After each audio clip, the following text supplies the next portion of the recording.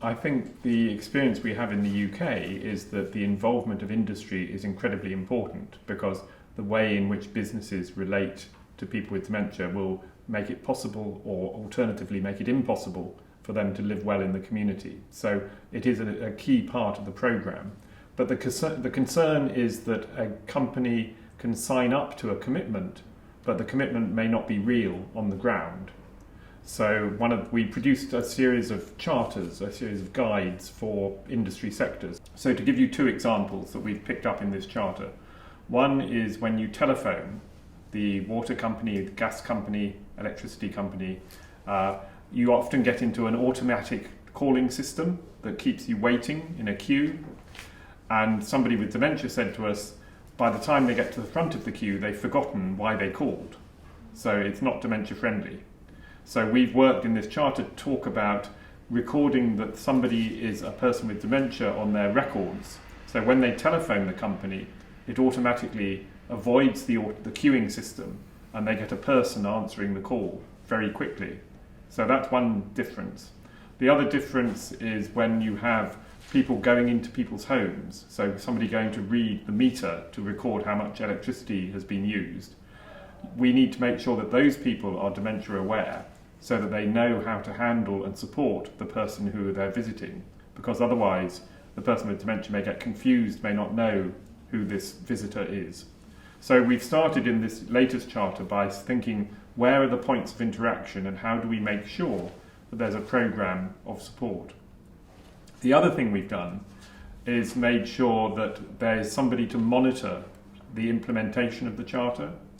So there's government regulators of the utility companies, the government offices, and they've been involved in this programme so that they can keep watch over the companies that they regulate and include in their assessment whether they are being dementia friendly. To be a dementia friendly business means looking at the way you relate to your employees as well as your customers. So we're now very conscious that in the charters and the programmes we develop, companies must say what are they doing to support people who may have early onset dementia who are working in the company. How are they adapting the workplace? How are they moving people to different types of job that allows them to continue working for as long as possible? I think the important thing for society is to enable people with dementia to live like you and me, to enable them to live like anybody else. So we want to make sure that the rights are respected rather than it being a dependency. Now, technology can help and companies can support, but they need to be driven by that motivation that allows people to participate.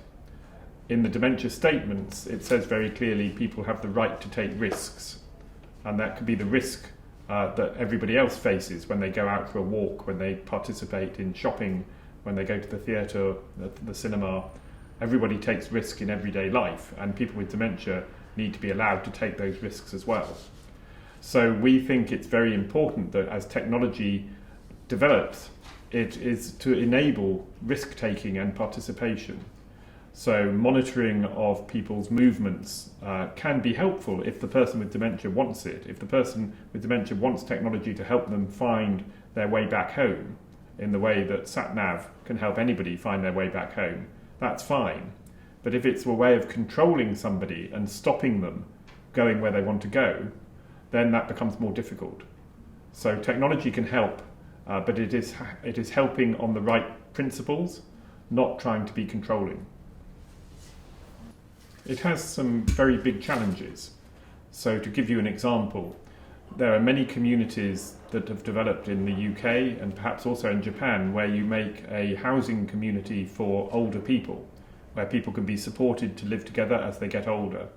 We've had examples where those older people housing communities have got resistant to people with dementia. So when somebody living within that community develops dementia, we have examples of the community saying, we no longer want you living here because it's not as comfortable for us to have somebody with dementia in our community.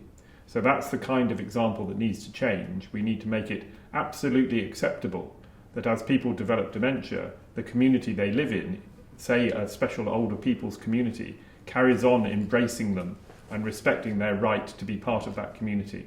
It's not always the case today. So toward achieving dementia-friendly community or society, how much percentage or how much do you think you have achieved so far? It's difficult to answer because it is very varied across the country. So I think we've changed the nature of the conversation. People are now talking about dementia in the way they didn't 5 years ago. In some communities, things have moved very fast on the local level, and it is very evident when you visit a town or a city that it is supportive of people with dementia. In other places, it is more slow. I think everywhere there is a different atmosphere from the position 5 years ago. We need to make sure that the best is seen everywhere and that all communities become dementia supportive and recognise the rights of people with dementia to live a good and normal life. I think the important thing is that we have changed the conversation. We will never go back to where we were before. Dementia rights and dementia-friendly communities are on the agenda, and whatever government we have, whatever businesses we come into contact with, people will listen and people will respond, because dementia is the biggest health challenge that we face in the 21st century around the world. It costs an awful lot of money for people not to be supported in the right way. So we know we can make a difference, we know we can support people better, we know we can make it more affordable to live with dementia, and that's the biggest change that we've seen for many, many years.